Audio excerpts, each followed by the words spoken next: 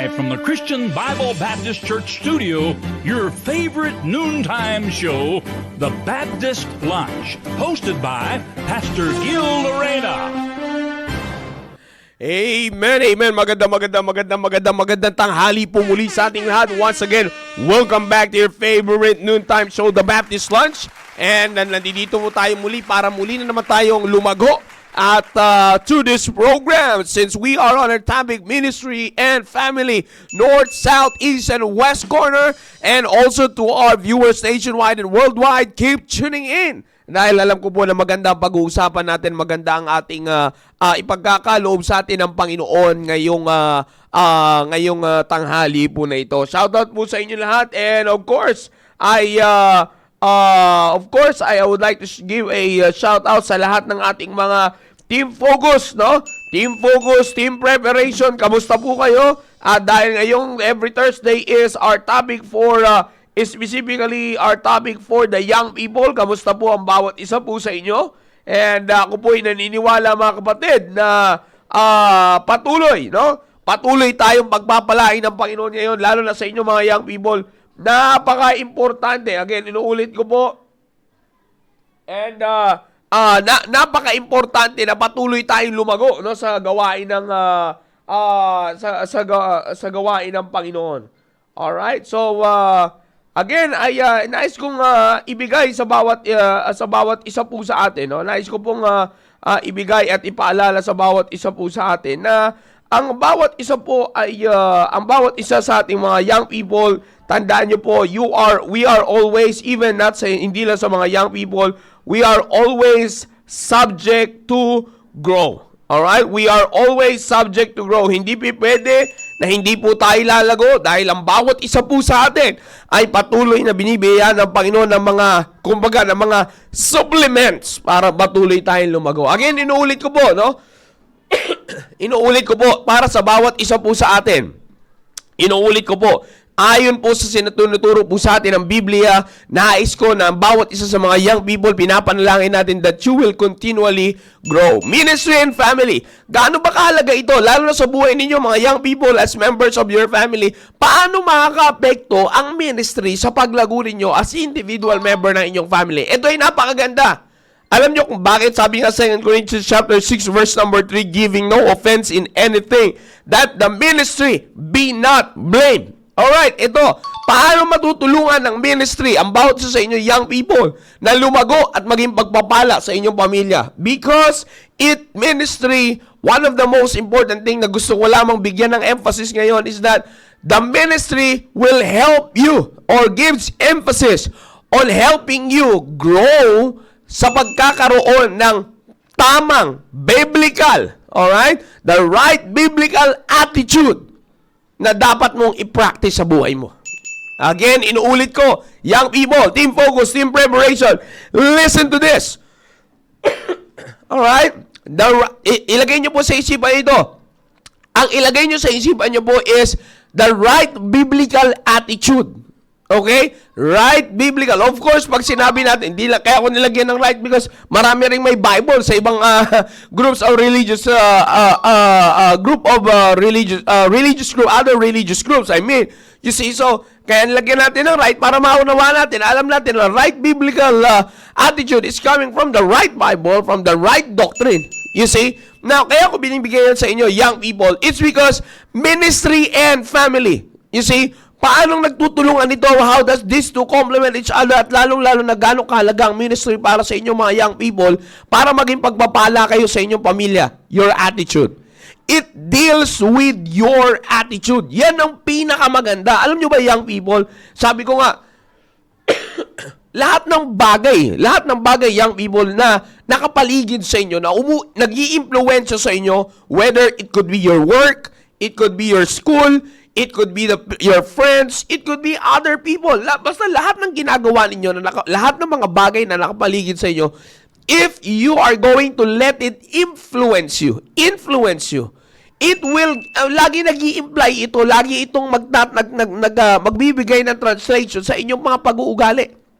You see, what I'm simply trying to say is that, like for example, ikaw, pag mahilig ka na sa social media, it will give you an attitude that is contrast, or it will give you an attitude that is contrast or contrary, should I say, to the Word of God. Hindi lamang po yan. Marami po yan. Illustration lamang po yan. If you are surrounded by friends that are ungodly, you will develop a character. You will develop, if you're not going to guard yourself, you may develop a character of what? You may develop a character of ungodly character, of course. You see, worldly character, worldly attitude. Bakit? Because whether you accept it or not, sabi nga ni Pastor, we are all fruits of influence. Diba? Maliwanag yan. Now, kaya kung pinag-uusapan sa ito, it's because, young people, you have to understand the fact and the truth na if you choose, alright, or let me say, if you chose the ministry, alright, if you chose to be in the ministry, then it should always give you an impact when it comes to your attitude. Not only that it will give an impact, but it should influence your attitude. Kaya nga sabi ko, not only your attitude, I'm not talking about your attitude here outside the family, in the family. Alright? Your attitude in the family. Kasi ang pinag-uusapan natin dito, it's not ministry and friends. Nakuha nyo ba, young people? Ang pinag-uusapan natin dito is not ministry and friends. We are talking about ministry and family. Young people, nakakalimutan nyo na at baka hindi nyo na napapansin, dumarating na kayo ngayon sa punto ng ministry and friends. Diba? Di ganyan na nangyayari sa kadalasan mga young people ngayon. Ministry and friends. If the friend is not in the ministry, wala ka rin.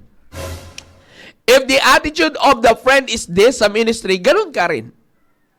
You see? So, ang pinag-uusapan natin dito primarily is not ministry and friends, ministry and family. Ang ministry dapat nakapag-translate na magandang attitude sa'yo para sa pamilya mo. Kaya nga sabi ko sa inyo, napakaganda pag-usapan ito, young people, kasi if there is something na dapat pagtuunan nyo ng pansin, lalo na, sabi ko nga, in preparation, mag-aasawa kayo, isa sa mga bagay na dapat na paghandaan ninyo ay yung pagkakaroon ng tamang ugali sa pamilya ninyo. Yan dapat yung pinagtutuunan nyo ng pansin ngayon, nakalaguan, yung biblical attitude na meron kayo. Bakit? Pag naging asawang babae kayo, pag naging asawang lalaki kayo, tandaan nyo, hindi na kayo mag-isa. You see? So, ang pinupunto ko dito, napakahalaga ng attitude. You see? Tingnan nyo, yung preaching ni Pastor sa ating kagabi, napakaganda. Diba?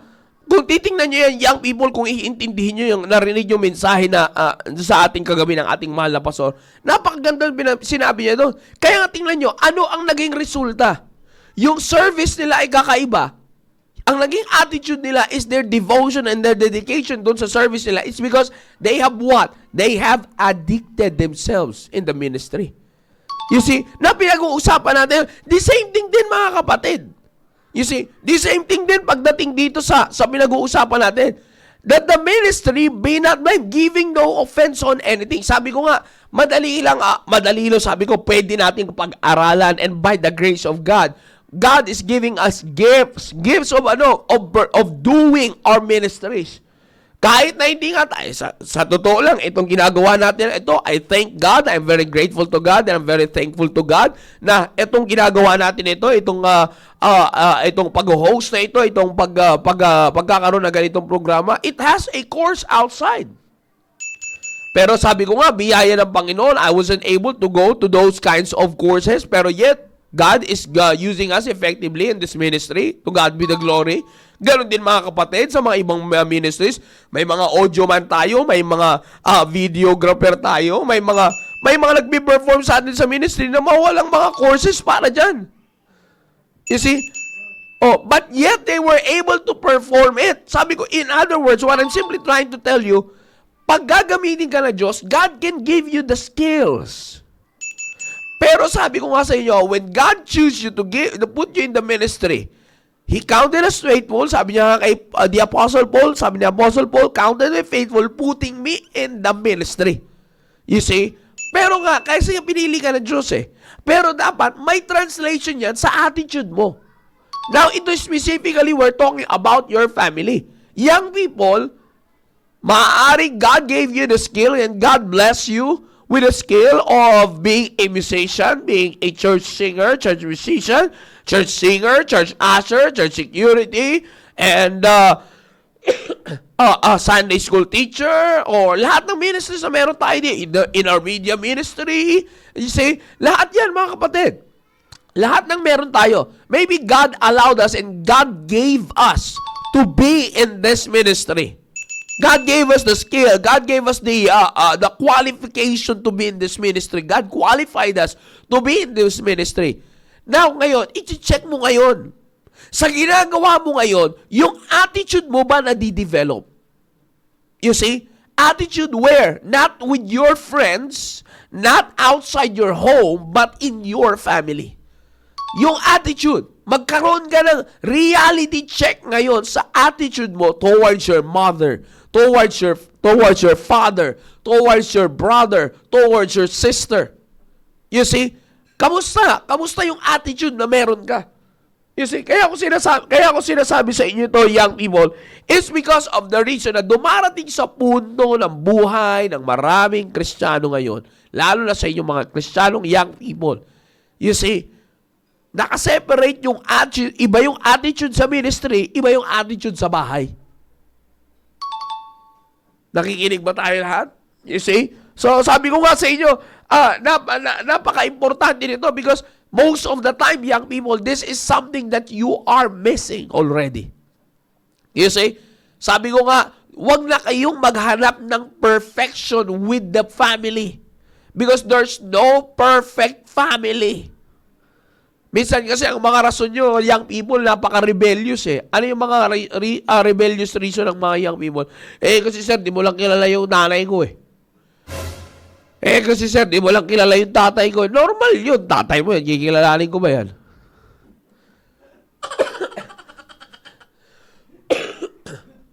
Oh, di ba? Good point. Excuse me. Normal yun, mga kapatid.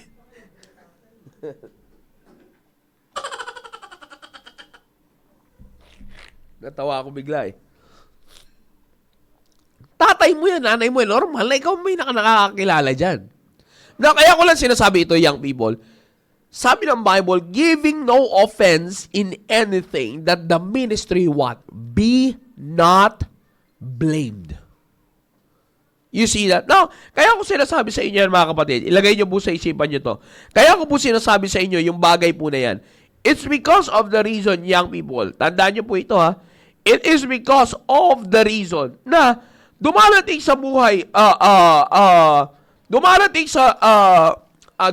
sa buhay po ng mga, dumarating sa buhay ng mga kabataang Kristiyano ngayon. Team focus, team preparation. You see, sabi ko nga sa inyo, you have to check, you have to make a reality check ngayon. Kamusta ang attitude mo towards your father? Oh yes, nandun na tayo. You might be seeing your father's imperfections and your mother's imperfections, but tandaan mo, it's just the ministry that's holding your imperfection. Nakukuha nyo ba yung ibig ko sabihin, young people? Huwag mong masyadong shout out yung problema ng magulang mo. Dahil kung ikaw man ay may ministry, tandaan mo, yan na lang din ang nagpapaganda sa buhay mo. Because it's holding you from your rebellion. Imagine kung wala ka ng ministry. Lantaran kang magre-rebelde sa magulang mo. Diba? You see? Na kung naiintindihan nyo, sinasabi ko.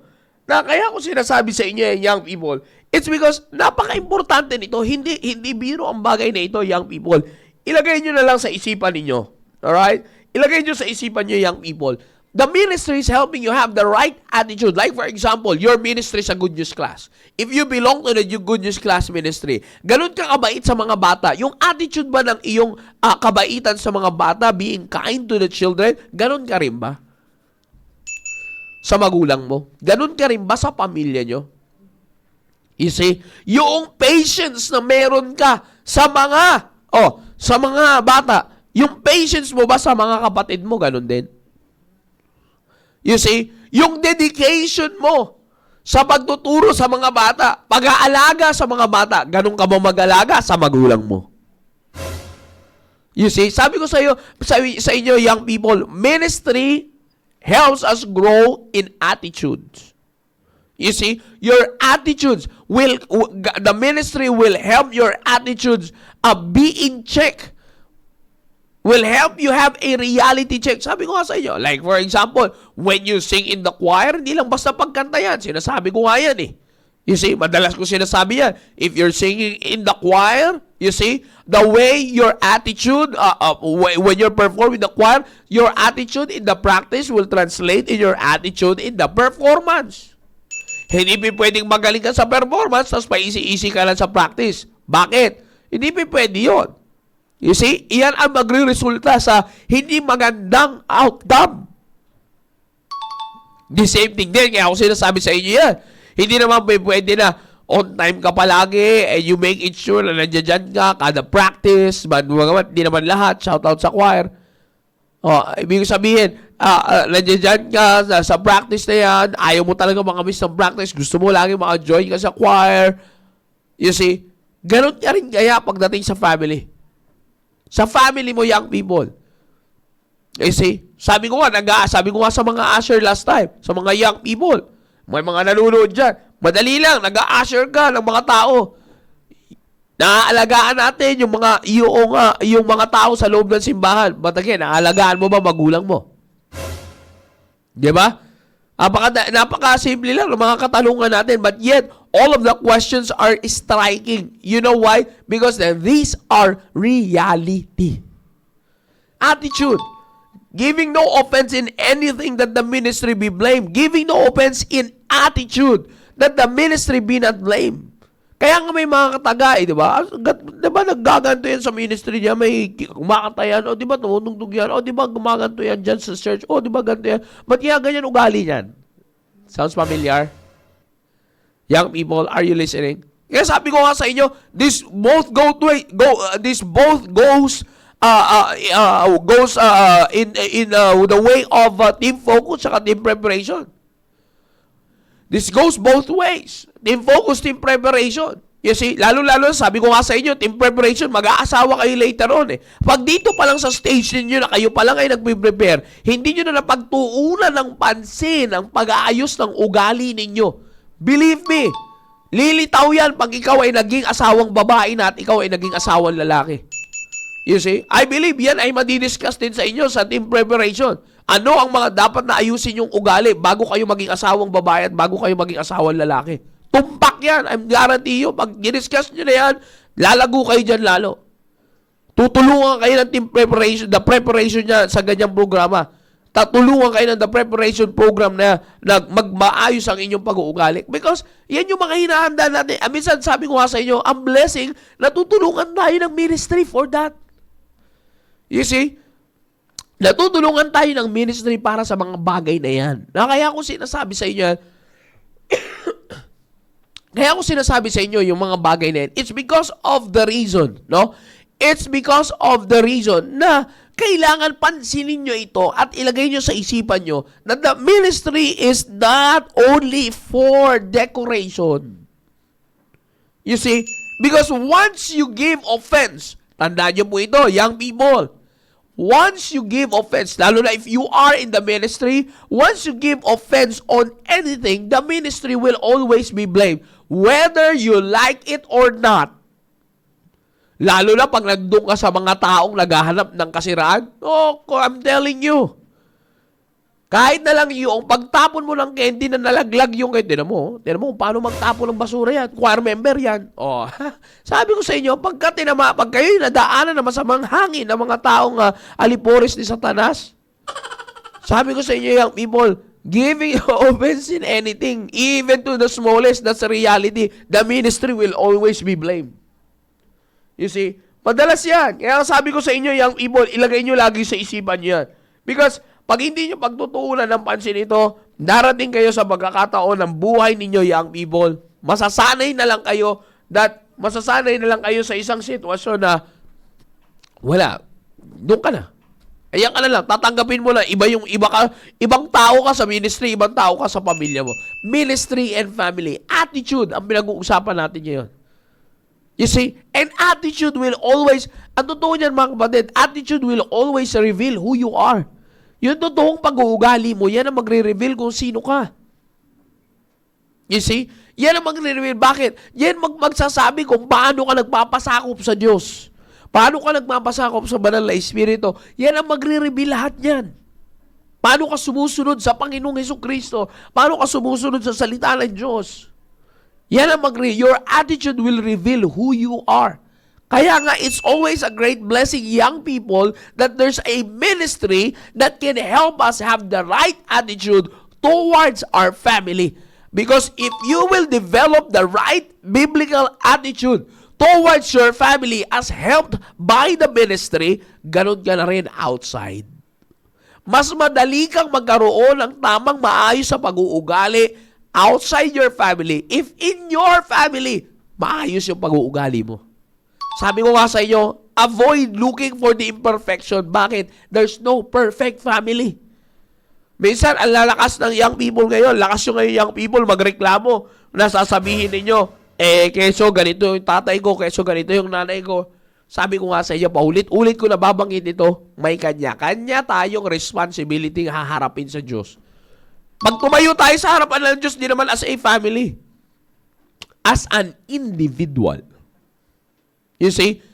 Yan ang ilagay nyo. Yan ang magandang tatandaan ninyo. Kasi, sabi ko, most of the time, lalo-lalo na young people, sabi ko nga sa inyo, the worldly affairs, isa pa yan.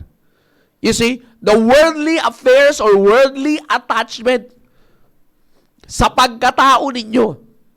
Yan ang dapat na masiyasat ninyo maigi, na mabantayan ninyo maigi.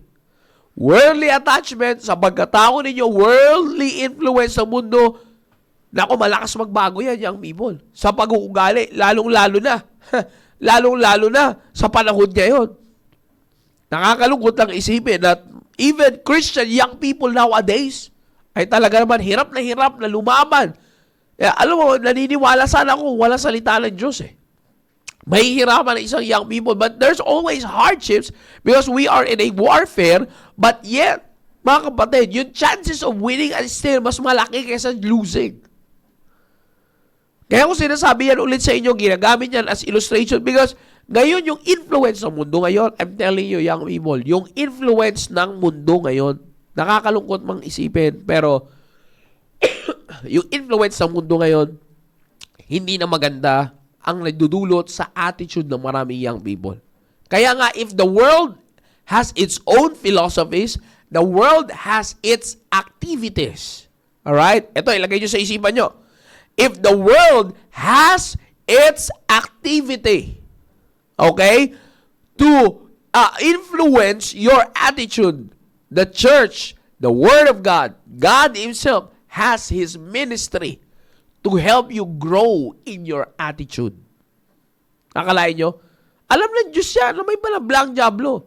You see? Diyos pa ba hindi nakakalam yan? So, ibig ko sabihin, ang point dyan is, iaangat ka. Okay? Iaangat ka. Kapag inangat ka na yan, I'm telling you, pag tinulungan ka ng ministry na ayusin ang attitude mo sa pamilya mo, I'm telling you, darating ka sa point na darating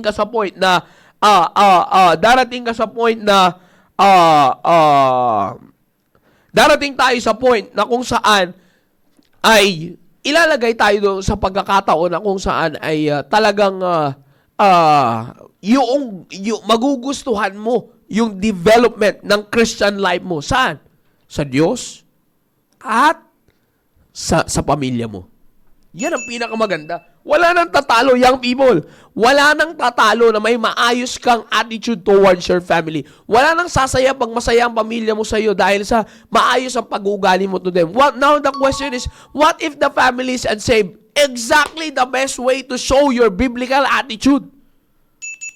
You see, ang mahirap pakitaan ng mga attitude, yung mga nawawalang kaligtasan.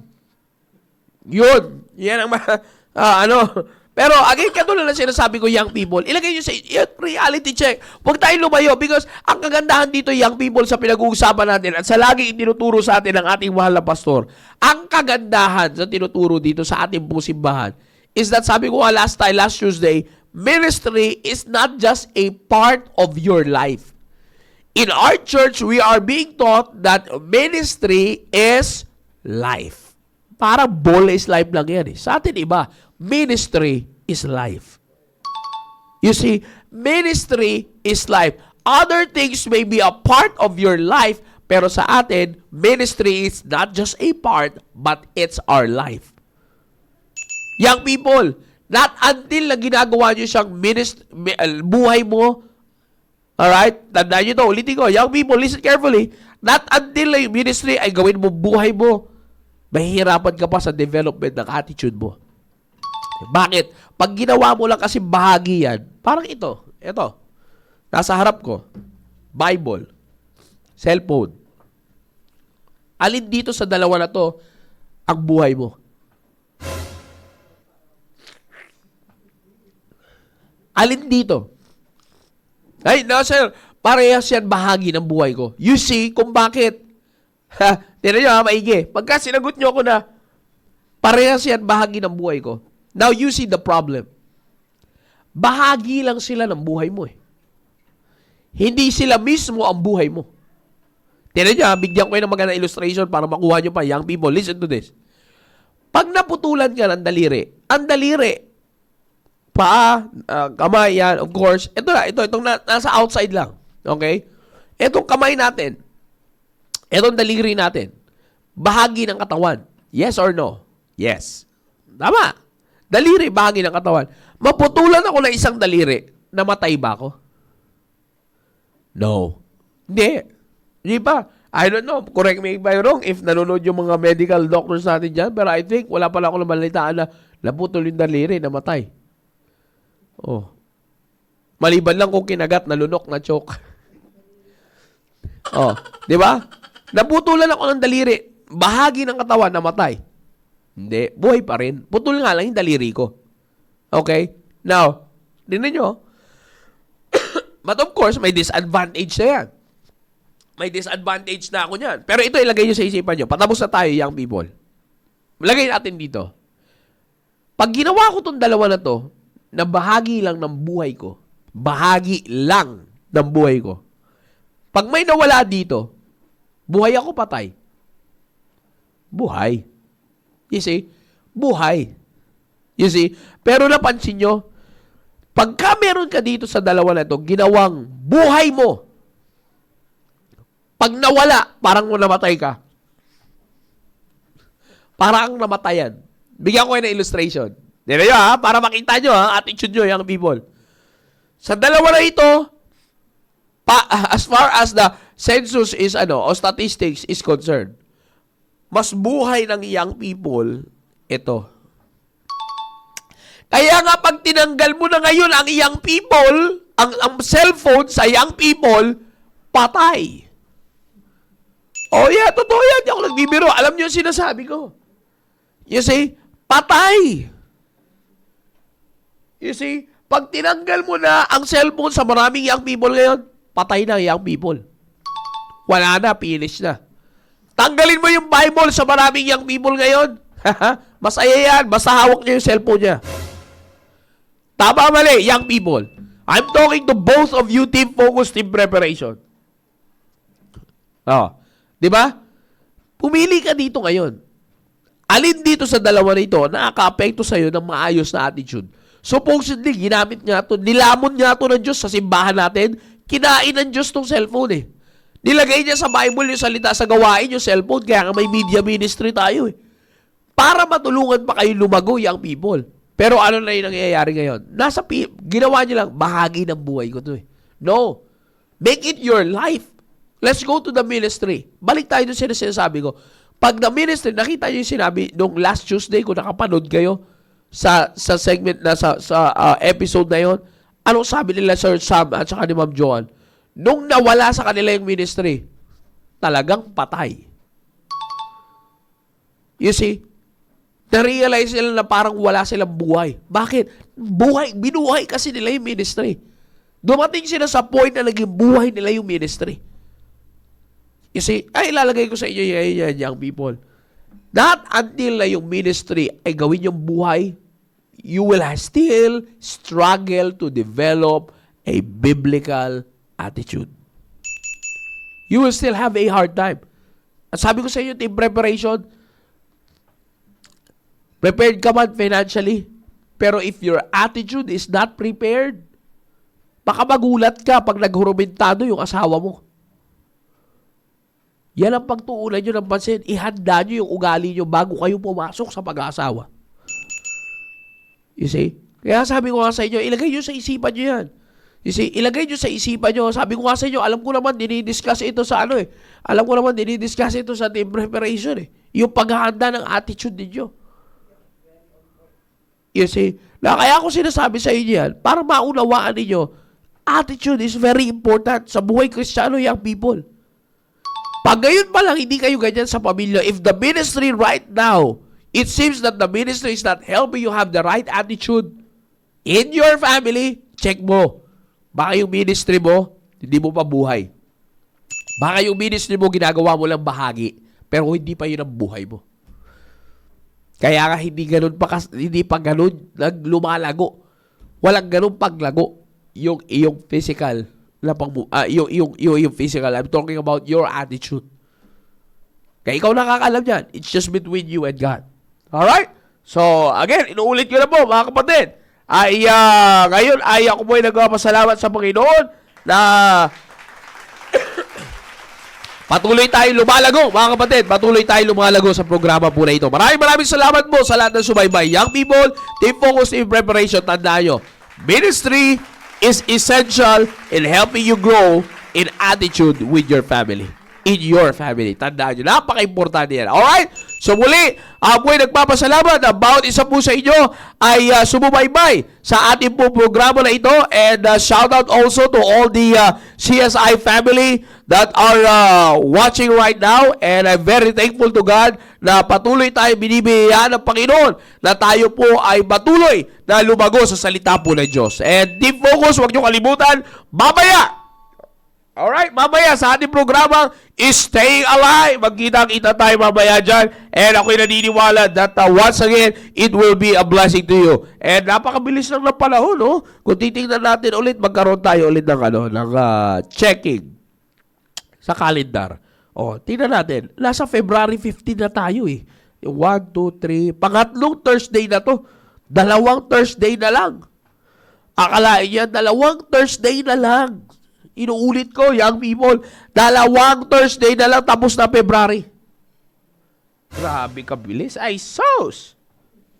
Alright? Yan. Alright? Kaya shoutout ulit sa lahat ng mga nanonood po sa atin na Team Focus, Team Preparation. Thank you for being with us. And once again, see you mamaya sa Global at sa Staying Alive program po natin. Kita-kita po tayo at huwag niyong kalimutan sa mag-involve patuloy sa inyong mga area activities for this coming Sunday. God bless you all. On top of all this, lagi na sinasabi, to God be the glory.